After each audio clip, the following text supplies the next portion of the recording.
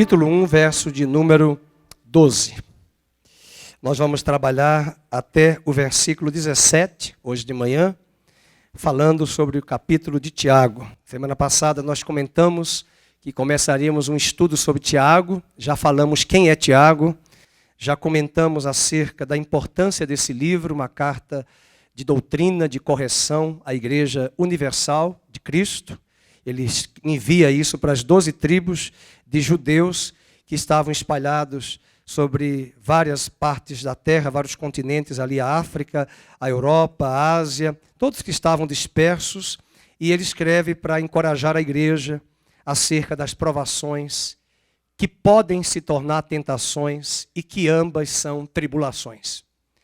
E parece que é tudo uma coisa só, e hoje eu vou pedir a Deus a graça de discernir com você que uma tribulação pode vir no mesmo pacote, provação e tentação.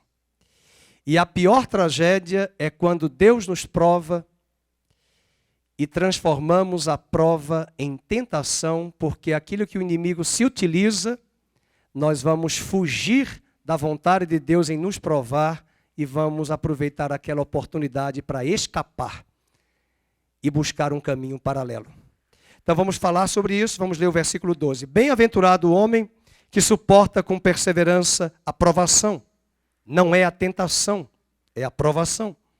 Porque depois de ter sido aprovado, ele receberá a coroa da vida, a qual o Senhor prometeu aos que o amam. Ninguém, ao ser tentado, diga, sou tentado por Deus.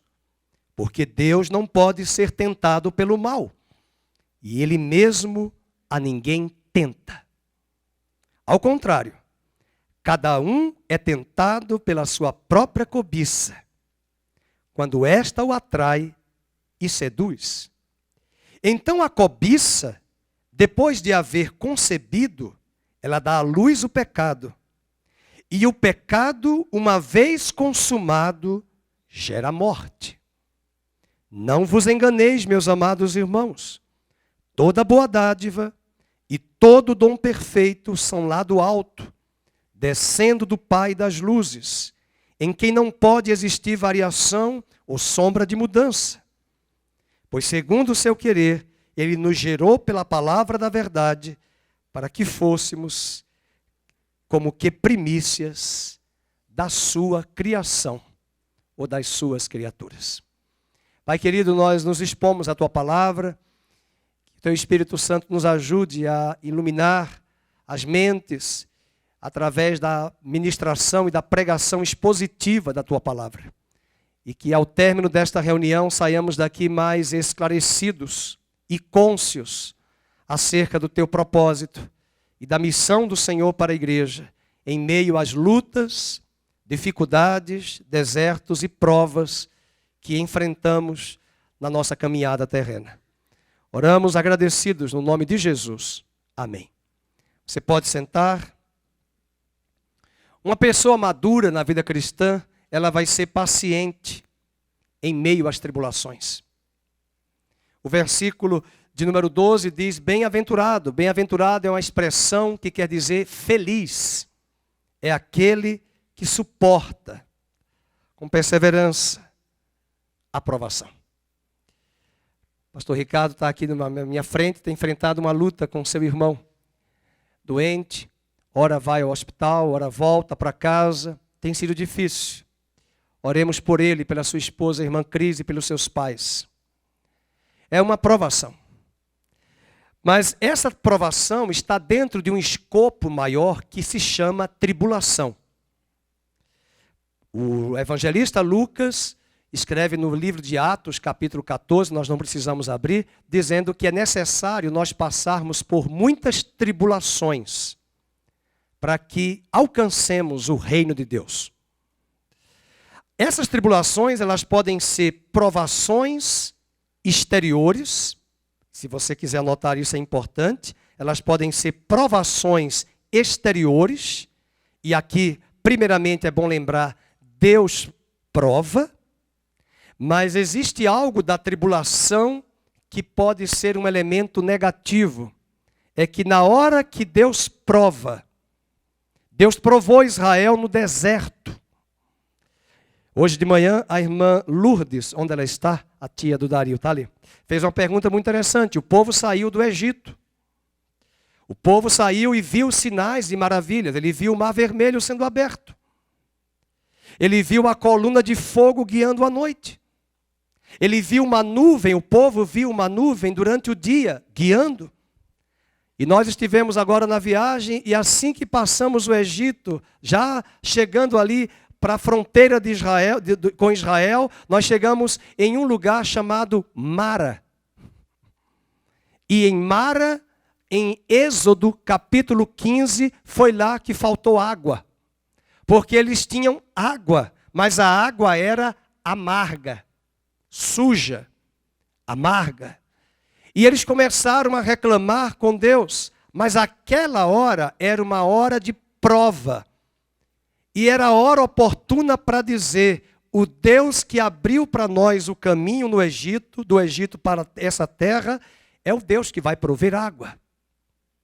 O Deus que está nos guiando é o Deus que vai prover alimento no deserto. Mas aquela oportunidade de ser provado e aprovado, eles foram tentados interiormente por um coração que é uma natureza pecaminosa nossa, a nossa natureza terrena, que se inclina para as coisas deste mundo, que só olha pela perspectiva terrena.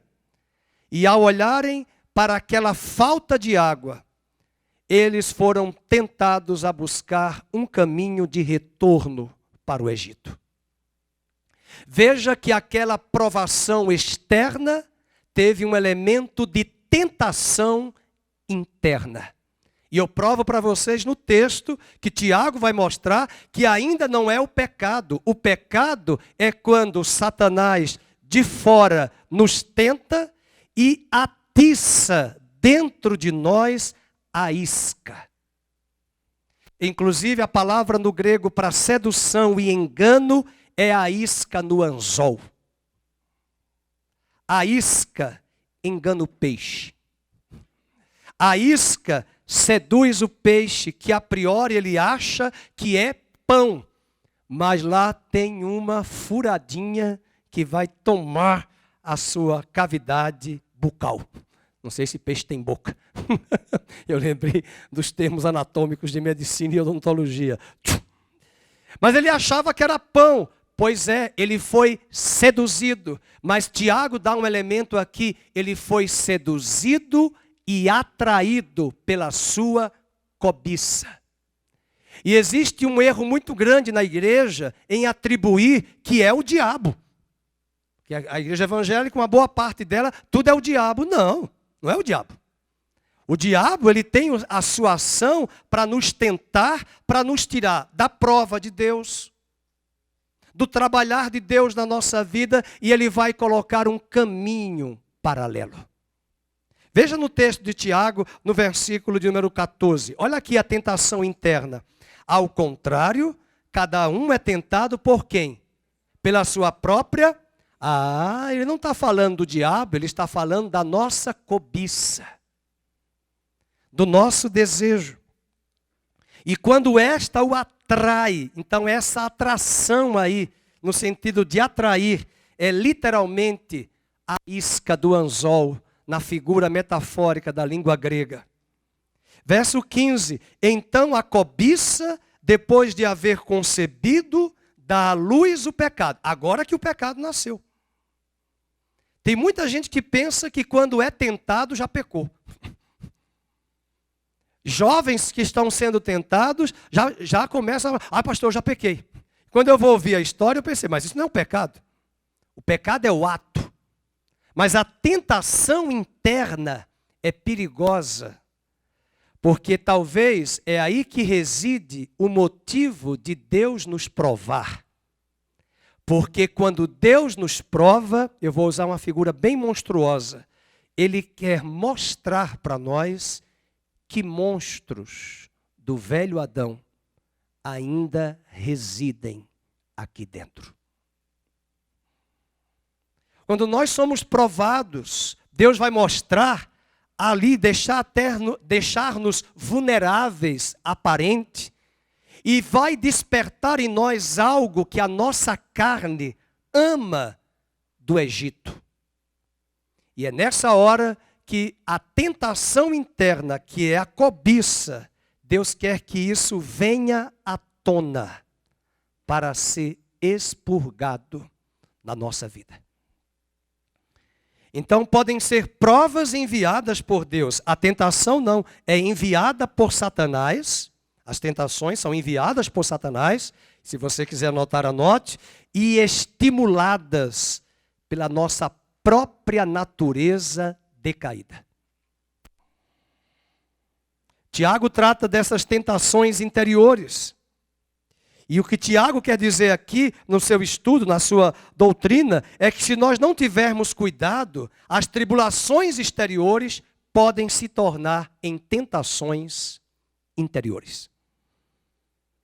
Podemos, diante de uma dificuldade, meus amados, murmurar contra Deus.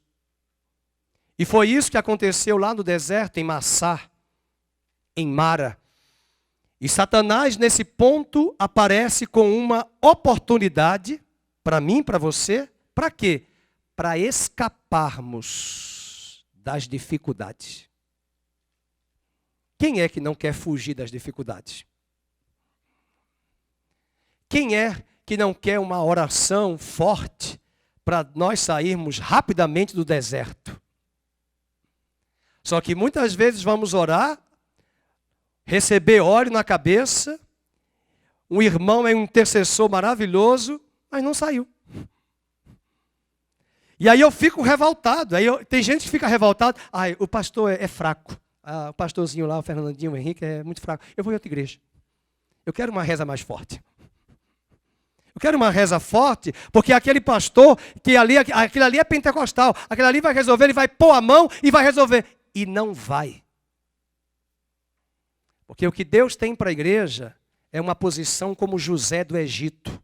Escute.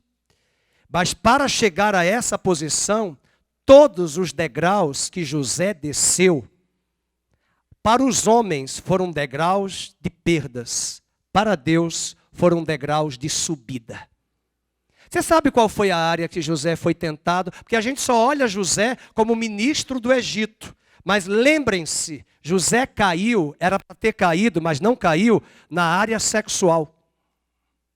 Ele foi tentado na área sexual com a mulher de Potifar. E ele disse não. Talvez alguns chamaram ele de boiola, mas ele disse não. Eu não vou, a senhora tem marido, a senhora tem um homem que é uma só carne com a senhora, vá para lá. E aí vem o pior, ela xinga ele e diz que agora foi ele que quis ter relações com ela. Mas ali era um teste. Porque uma das coisas que pode derrubar um grande executivo, um grande CEO, é sexo, poder e dinheiro. Mas José vai para a prisão injustamente, e ali naquela prisão, naquela provação, ele também quer se valer dos seus dotes. Ele sabia interpretar sonhos, ele interpretava sonhos. Deus mandou até dois, o copeiro e o padeiro. Mas eu fico impressionado, eu quero conhecer José na eternidade. Ele termina de interpretar o sonho para o copeiro e diz assim: ô copeiro, por favor, quando chegar lá no faraó, leva o meu currículo para o RH, por favor. Diz para ele que eu tenho expertise, Irã, e competência em interpretar sonhos. Tenho know-how. Leva o meu currículo, RH. E a Bíblia diz assim: e Deus, e o copeiro se esqueceu de José, vírgula, mas Deus estava com ele na prisão. Aleluia! E numa hora que José menos esperava, é sempre assim. Quando veio a crise das vacas gordas e magras no Egito da economia, o copeiro se lembrou de José e disse: olha, há um israelita que estava na prisão, ele tinha know-how, interpretação. O faraó diz: manda chamá-lo. E durante todo o tempo que José esteve no poder do Egito, abaixo do Trump, ele era o número 2. Em nenhum lugar na Bíblia cita que José caiu na área sexual, na área de dinheiro e na área de poder, porque Deus o testou durante aquele tempo do deserto, que era a prova, e que trouxe à tona as cobiças e os desejos. Aqui reside um grande problema. Abra sua Bíblia comigo em Abraão. Vamos para Gênesis. Vamos para Gênesis capítulo 13. Deus chamou Abraão. Deus chamou Abraão. Você fica achando aí, quem é imaturo na fé, pensa que Abraão era o pai da fé. Ontem eu estava assistindo um programa de TV com a minha esposa e não precisa entrar em detalhes, porque vai ficar falando mal, não vou falar mal, mas a pessoa perguntou a um cantor que cantou no programa, como é que faz para aumentar a nossa fé? Eu quase que dizia lá, leia a Bíblia, ore, estude a palavra, congregue, sirva para aumentar a fé. Estude as Escrituras. Quer mais fé? Examine as Escrituras. Quer mais fé? Examine as Escrituras. Quer mais fé? Ore, haja, congregue, frequente os cultos, sirva a Deus com os dons. Fé não vem por osmose. Fé não vem por difusão nem por óleo. E o próprio pai de Abraão, que é o pai da fé, foi provado e ao mesmo tempo ele é tentado por uma tentação interna. Veja o capítulo 13, vamos ler? E é muito interessante porque o chamado dele começa no capítulo 12. 12. Deus o chama. E lá em Gênesis, capítulo 13, eu não chego lá no 13. Capítulo 13, a palavra de Deus diz no versículo de número... Aliás, vamos para o capítulo 12. Eu falei 13, mas é o 12. Deus o chama no 1 ao 9. E seguiu Abraão, quando Deus o chamou. Versículo 1 do capítulo 12. Disse o Senhor a Abraão, sai da tua terra, sai da tua parentela, da casa do teu pai, vai para a terra que te mostrarei. Versículo 9. E depois seguiu Abraão dali, indo sempre para o Neguebe. Neguebe é o sul de Israel.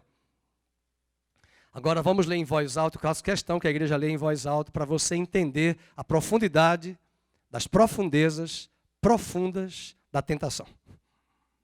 Em nenhum lugar aqui diz que o diabo está presente. Vamos ver a tentação.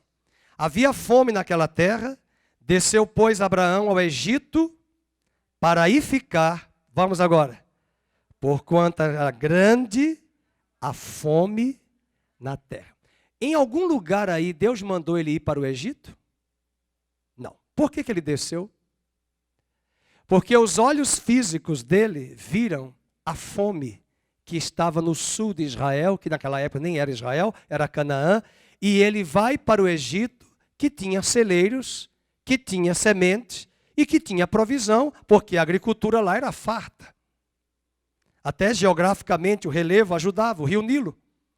E ele volta, e ele vai. Eu não vou estudar Abraão agora, eu quero voltar para Tiago. Mas ele, se você ler em casa hoje à tarde, o verso 12 até o verso 20, dores de cabeça. Deu problema. Ele teve até que mentir para no versículo de número 14, Abraão entrado no Egito, viram os egípcios que a mulher era sobremaneira formosa, e viram nos príncipes de Faraó, e gabaram-na junto dele, e a mulher foi levada para a casa de quem? De Faraó. Olha, Faraó já estava interessado na mulher de Abraão, e ele vai dizer, é minha irmã. Veja que ele foi para o Egito porque ele precisava de tutu, money, dinheiro.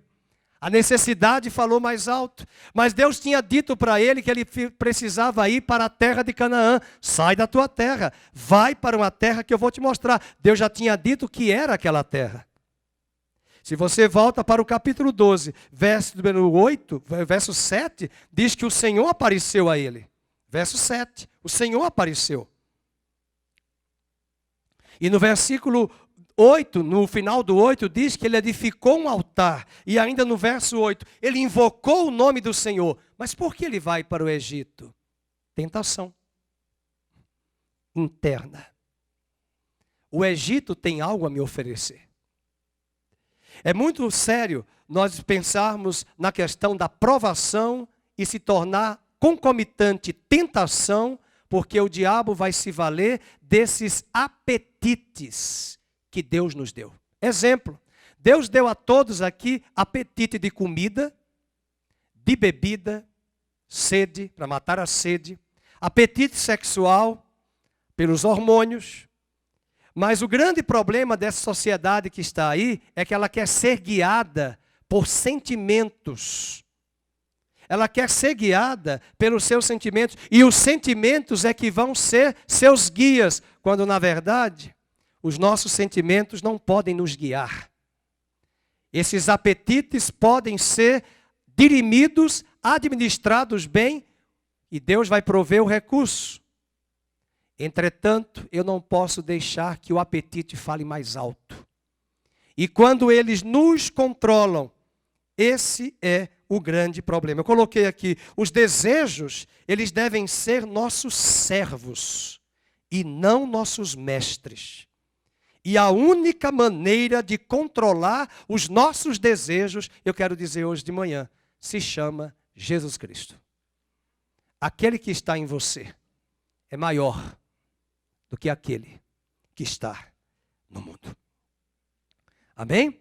Vamos anotar aí exemplos da tentação. Abraão vai descer para o Egito e Deus vai restaurar ele de novo a obediência e ao lugar da bênção. Lá no capítulo de número 13, ele vai voltar para a terra de Canaã. Veja o versículo, capítulo 13, verso 1. Veja aí, vamos ler 13, 1. Saiu, pois, Abraão, de onde, meus irmãos? De onde, meus irmãos? Do Egito para onde?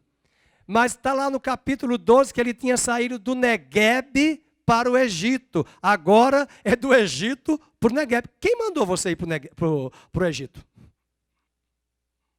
Quem mandou você buscar o caminho paralelo? Quem mandou o Fernando buscar o caminho mais fácil? Então eu quero, a partir desse arcabouço, trazer alguns fatos que nós podemos aprender aqui, como superar as tentações. 4 estágios no processo do pecado. Anote isso aí. 4 estágios no processo do pecado. Vamos voltar para Tiago e vamos estudar. O primeiro estágio se chama desejo. O primeiro estágio se chama desejo. Tiago, capítulo 1. Veja no verso 14. Ao contrário, cada um é tentado pela sua própria cobiça, quando esta o atrai e o quê? E o seduz. A tentação é uma oportunidade de realizar algo bom de maneira errada, fora da vontade de Deus. Eu vou repetir. A tentação é uma oportunidade de realizar algo bom, de maneira errada, fora da vontade de Deus. É por isso que a tentação interior, quando Deus começa a nos provar, é que eu e você vamos querer o caminho mais fácil. O paralelo. Deus disse ao Dario, vai para São Paulo pela Bandeirantes. Aí o Dario diz, não, eu vou pela Anhanguera. Eu vou chegar lá. Você fez algo bom, que é para ir para São Paulo, que Deus quer que você esteja lá. Mas ele decidiu ir pelo caminho errado, fora da vontade de Deus, que a priori ele tinha dito, é a Bandeirantes, mas você quis ir pela Anhanguera. Então, o primeiro aspecto é o desejo. É normal você dormir, quando a boca começa a abrir. Vamos dormir. Mas é pecado a preguiça.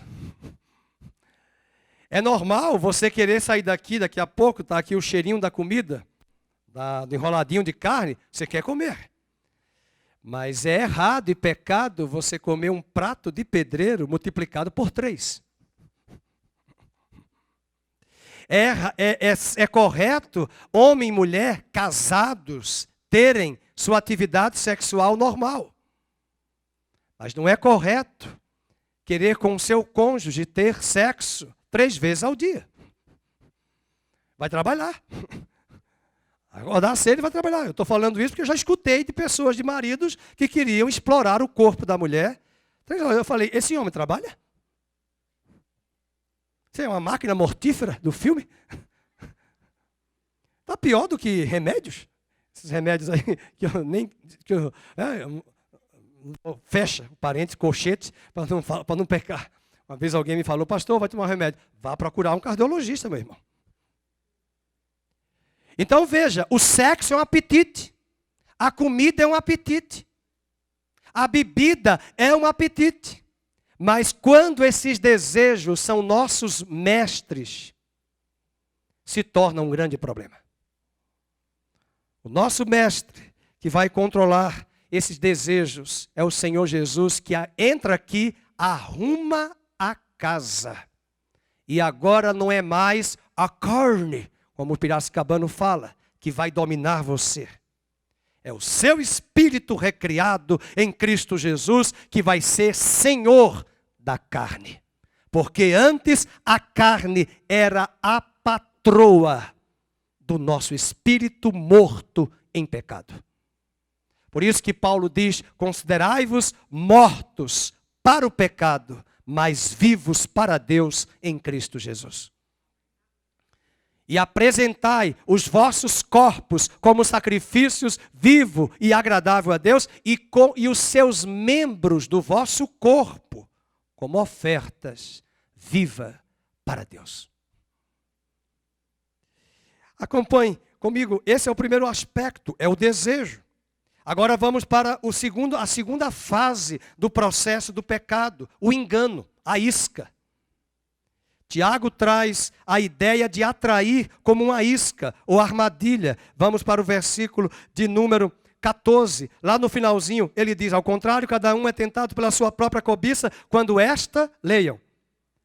Vamos, gente. O atrai e seduz. E a palavra sedução em grego é colocar a isca no anzol.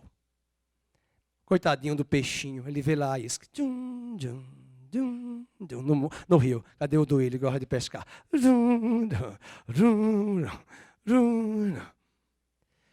Acontece, está assim, a gente brinca com o peixe, está assim de crente assim, ó.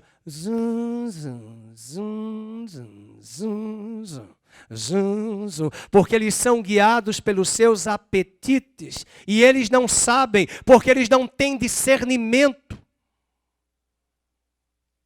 Uma coisa que nós precisamos pensar é nas consequências que o pecado vai nos trazer.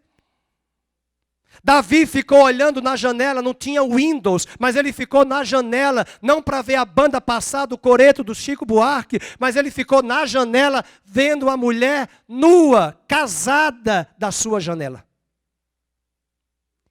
Se ele soubesse que enquanto ele olhava aquela mulher na janela, passasse na cabeça que ele mataria depois o marido dela. Que o bebê dele morreria mesmo jejuando e orando a Deus. Durante uma semana ele orou e jejuou, e o bebê, fruto do pecado de adultério, morreu. Se ele estivesse na janela, lembrando, ao invés de ficar olhando a isca, ele olhasse que a sua filha Tamar teria um caso de incesto com seu filho. Se ele soubesse a consequência do pecado, que o seu filho Absalão mataria o irmão que se deitou e teve relações com Tamar. Ele viu a isca, mas ele não viu a consequência do pecado.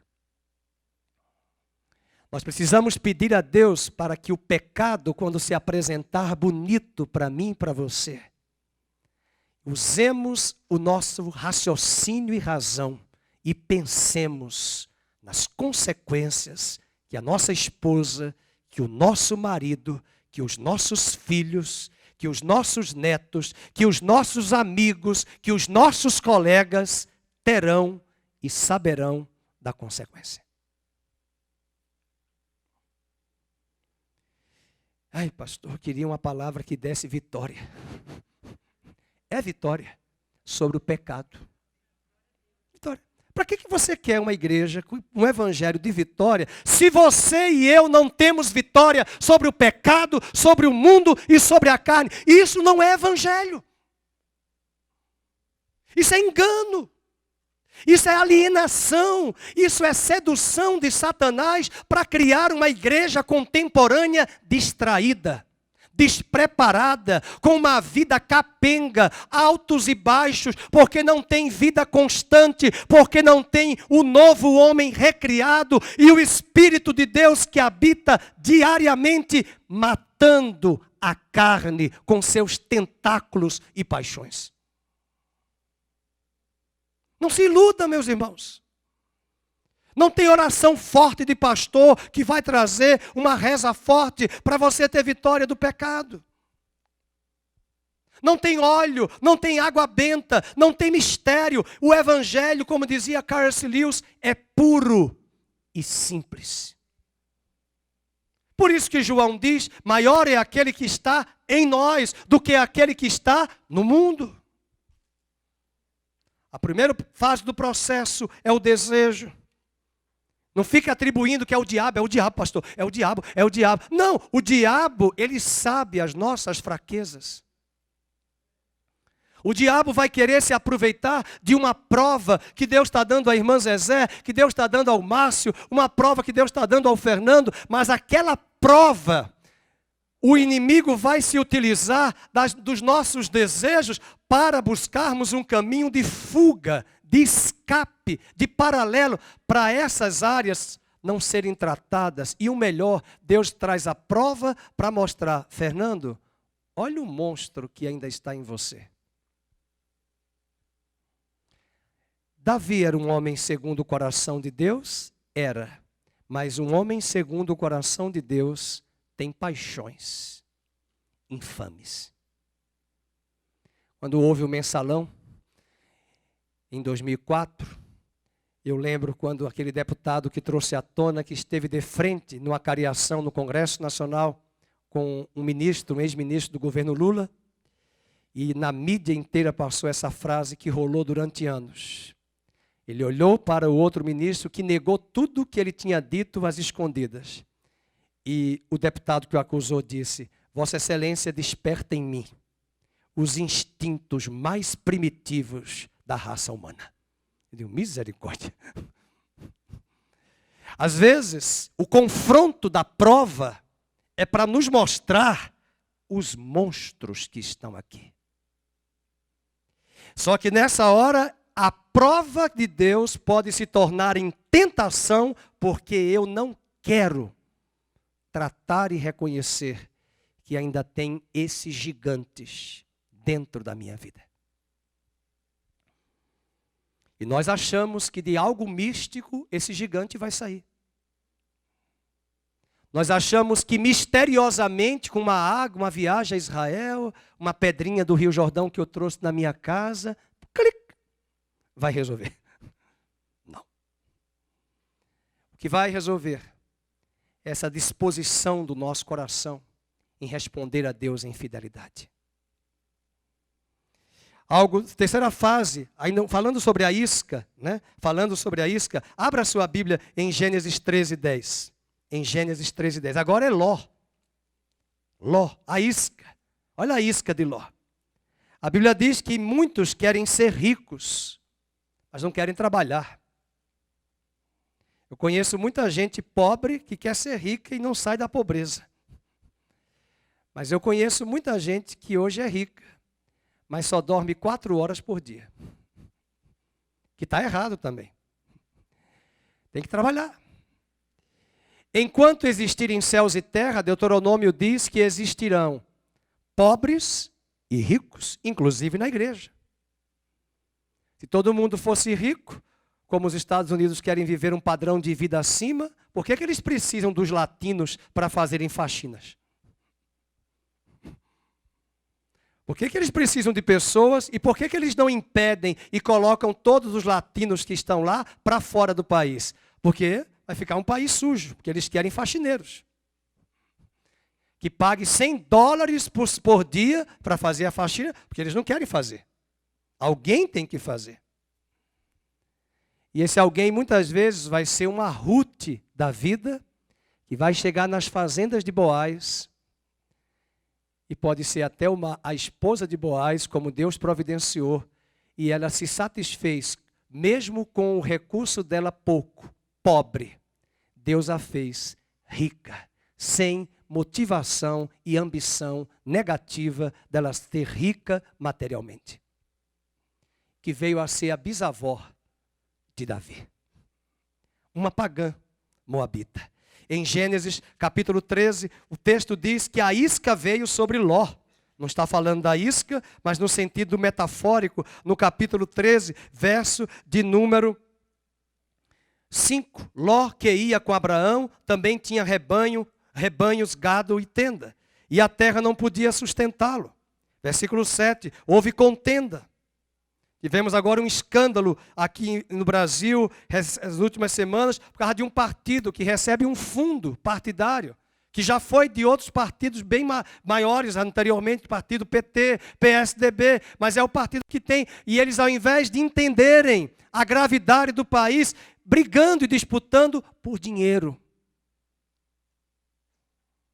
É a isca. Famílias às vezes são destruídas, vivem apartheids literais por conta de dinheiro. Conheço histórias de famílias que até por causa de um objeto que eu não vou citar nome, que eu estou falando ao vivo, um objeto que o outro queria, eu digo, ai meu Deus, por que essa mulher não deu no papel que o objeto seria do filho? E os filhos hoje não se falam.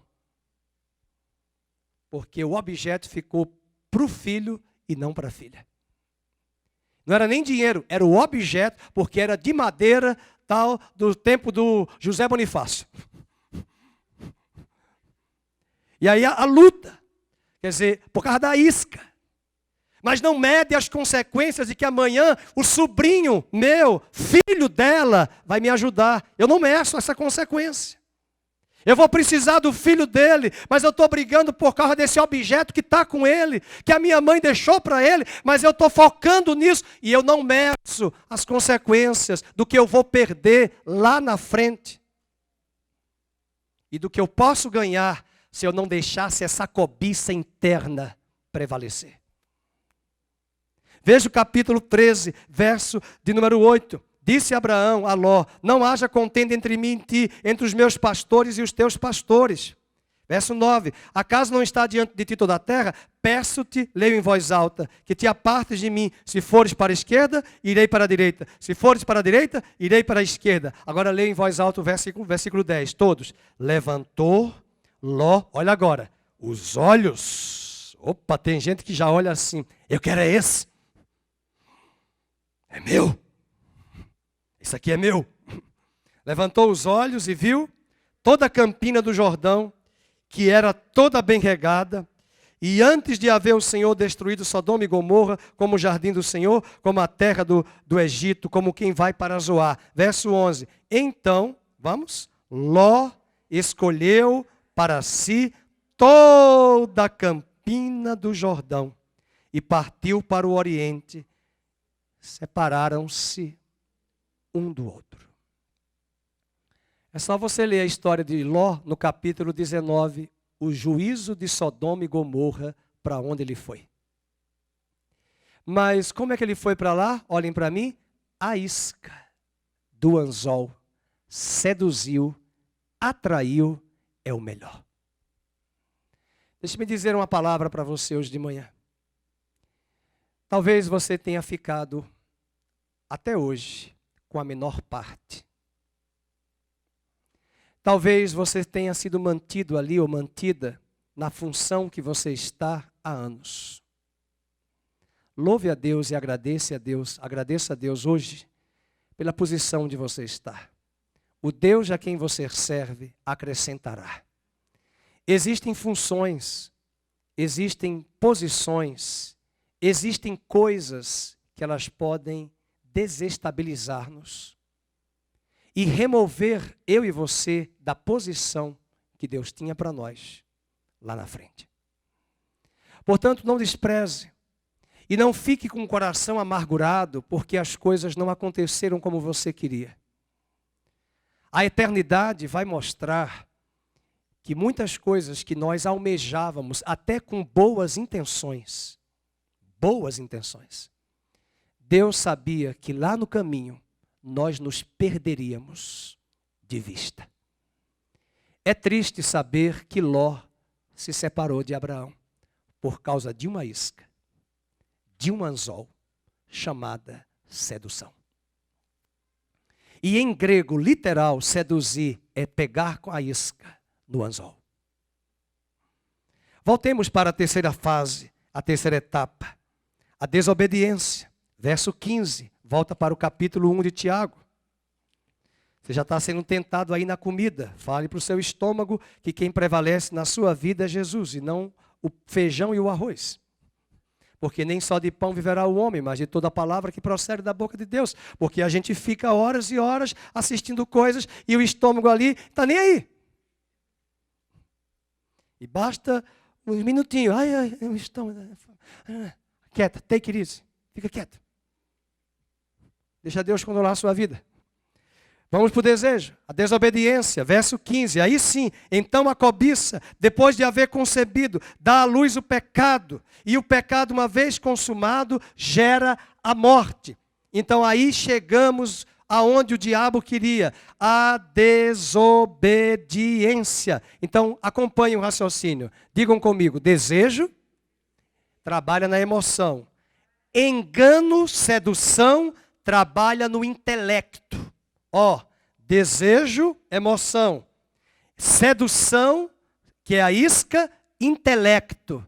Agora vem o terceiro nível, o poder da volição. O que é volição? Poder volitivo. O que é volitivo? A minha vontade. E na hora que eu digo sim, é isso que eu quero, agora sim eu pequei. Aí vem a desobediência. Portanto, a volição nos ensina para algo muito importante. Você aprovou e entrou em ação aquilo que você tinha a priori alimentado no desejo e concordou no intelecto, se deixou seduzir pelo engano e cometeu a ação, agora transgrediu. A vida cristã é uma questão de volição e não de sentimentos. Quer ver uma coisa? Você tem vontade de ler a Bíblia assim todo dia? Eu não. Tem horas que a minha carne diz assim, leia não, você já sabe. Você tem vontade de ir para a igreja, para a vigília, assim de oração? A carne diz assim, você está com sono, Fernando, está frio. Você tem vontade de dizer assim, não faça isso com o seu trabalho não, que a RH vai te demitir. Eu não estou com vontade hoje para o trabalho não. Vá não, fica em casa. Vá não. Eu falo para o adolescente, não quero ir para a aula hoje não, fica em casa, fique zero. Amanhã eu sei com quem a tua gata vai casar. Não é com um gato. Ela quer casar com alguém que pensa, inteligente, que dê suporte. Trabalhador. Fique em casa. Não, o importante é viver a vida. Eu quero viver minha vida, eu quero ser feliz. Sim, vá nas emoções. Continue. São tantas emoções, diz aí um cantor famoso. Vá na emoção. A vida cristã não é emoção. A vida cristã não é sentimento. A vida cristã é volição, é vontade. E eu quero dizer uma boa notícia. Mesmo que a nossa vontade seja fraca, Paulo diz em Filipenses 2,13 que Deus opera em nós o querer e o realizar. Que Deus opere hoje de manhã aqui o querer e o realizar dele em nosso coração e que nós possamos dizer, como nós falamos no altar do casamento, concordo. Em casamento que eu pergunto ao noivo, ele diz assim, sim. Eu digo, meu Deus do céu, que sim é esse? Tem uns sim. É na boca e nos olhos. Sim. Tem uns que assim, sim, meu Deus, está amarrado. Está na goela a faca. Como disse o pastor Odaí, que o sogro dele falou, o que é que o seu sogro falou? E você falou assim, a conta foi alta, como é que foi? Diz aí. A duplicata foi alta. Quando ele recebeu a irmã Márcia, a duplicata foi grande. Mas é verdade. Então nós temos essa vontade. O preço tem que ser pago. A vontade nossa tem que prosperar no sentido de querer fazer a vontade de Deus. Não é o nosso desejo. Você e eu não temos desejo de ler a Bíblia não, meus queridos. Nem de orar, nem de vir para a vigília. Eu fico impressionado com os shows aí do mundanos. As pessoas compram o ingresso um ano antes. Quando a Madonna veio ao Brasil, 10 dias antes, já tinha jovens do Acre e do Amazonas acampados uma semana no Ibirapuera. É impressionante como as pessoas do mundo não medem sacrifícios e esforços que tratam da área da vontade delas. Racionalmente, elas se programam para o pecado. Mas Paulo diz, assim como vocês ofereceram os seus membros como ofertas para o pecado, eu quero vos pedir, ofereçam seus membros como ofertas vivas para a justiça e para o reino de Deus. E finalizo, a última fase terrível do pecado é a morte. Essa pregação de hoje não vai dar muita glória não, vai dar muita tristeza assim, ai, ai, ui, ui, ui. Mas vai dar glória, porque a glória vai ser no final, porque você vai ter uma vitória sobre o pecado, sobre o mundo e sobre a carne. O último degrau é a morte, e a morte é a separação. E o versículo 15, vamos ler o verso 15. Então a cobiça, depois de haver concebido da luz o pecado uma vez consumado, gera o quê? A morte. E a morte é a separação. Quando Adão e Eva foram tentados, Eva olhou para a árvore do conhecimento do bem e do mal e o diabo seduz ela, olha o engano, a isca no anzol e ainda diz, não é bem assim que Deus disse. E ele começa despertando um desejo, a comida. E vai para o nível de intelecto, que é o nível do engano. Não é bem assim que Deus disse. Ele sabe quando você comer, você vai ser igual a ele. E quando ela toma o fruto e come, ao poder da vontade dela de tomar o fruto e comer, ela olha para si e a Bíblia diz que o homem e a mulher descobriram que estavam nus. No sentido de perderem a cobertura de Deus, muito mais do que a nudez física. De perder a justiça de Deus, porque confiaram em sua própria autojustiça. E essa é a morte. Mas eu quero finalizar com Tiago 1,17. Ao mesmo tempo que a tentação vem e a provação. Verso 17 diz, meus irmãos, vamos, toda boa dádiva e todo dom perfeito são lá do alto, descendo do Pai das luzes, em quem não pode existir variação ou sombra de mudança. Não vai dar tempo em função da hora, mas eu poderia ir com você para 2 aos Coríntios, capítulo 12. É a carta mais importante que eu acho do apóstolo Paulo. Foi nesse capítulo 12 que Paulo orou 3 vezes para que Deus tirasse o espinho na carne. Eu não sei se o pastor Felipe sabe qual é o espinho na carne, e nós não sabemos. Alguns acham que era um problema de malária, outros acham que era um problema da vista, alguns acham que era Alexandre o latoeiro que difamava Paulo por onde quer que ele passasse. Mas a Bíblia diz que aquela prova foi tão grande para Paulo que ele pediu que Deus tirasse aquele espinho. E aqui eu quero mostrar que a provação que o diabo usou como tentação, se aproveitando dos nossos desejos, Tiago vai dizer, não se enganem, toda boa dádiva vem de Deus. E toda bondade desce do Pai das luzes, em quem não há sombra nem mudança de variação. O que Paulo vai dizer em 2 Coríntios 12 é que ele não conhecia e entendia o que ele estava enfrentando de prova. Mas Paulo diz que Deus falou para ele, eu vou deixar esse espinho para que você não se ensoberbeça e se envaideça diante de todas as revelações que eu te dei. Mas uma coisa te digo, Paulo, a minha graça te basta. Em outras palavras, essa prova que você enfrenta redunda para mim algo muito maior. O meu caráter está sendo reproduzido na sua vida. Porque enquanto esse espinho para você é uma prova, eu estou tecendo e construindo em você a marca de Cristo na sua vida. Era prova, tornou-se tentação, redundou em glória. Porque as provações que trazem tentações internas se tornam da parte de Deus instrumentos para que a glória dele seja impregnada em nosso homem interior. Quero que você saia daqui com esta frase. Talvez as provas não vão diminuir, ou podem até aumentar, ou ficar um tempo de trégua, quem sabe.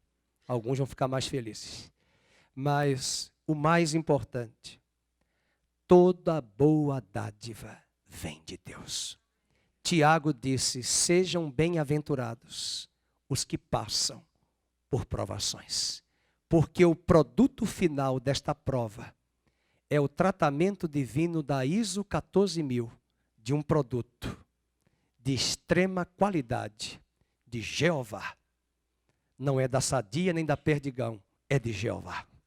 Essa obra é de Deus. Fiquemos de pé. Quero orar por sua vida. Quero orar para que Deus coloque no seu coração, não é louvor pela prova, mas é louvor na prova. Gratidão. Na vigília nós tivemos poucas pessoas, ficamos até tristes porque sentimos a falta de muitos na vigília, para entregar aquele propósito de Neemias. E nós oramos com óleo, ungimos todas as pessoas que estiveram ali na vigília para este propósito de restaurar os muros. Mas eu gostaria de orar por você. E eu queria abrir esse altar. Nós já vamos finalizar, mas eu quero que você chegue aqui no altar. Você que tem vivido uma prova muito grande. Às vezes de anos, de meses, de semanas. E que talvez hoje você, pelo Espírito Santo, compreendeu que essa prova tem despertado e trazido tentações internas muito maiores. Mas você buscou aqui hoje e encontrou o remédio da palavra. De que esse remédio é Cristo que está trabalhando na sua vida para produzir a imagem dele no seu coração. Não despreze a provação. Não crie caminhos paralelos em meio às provações.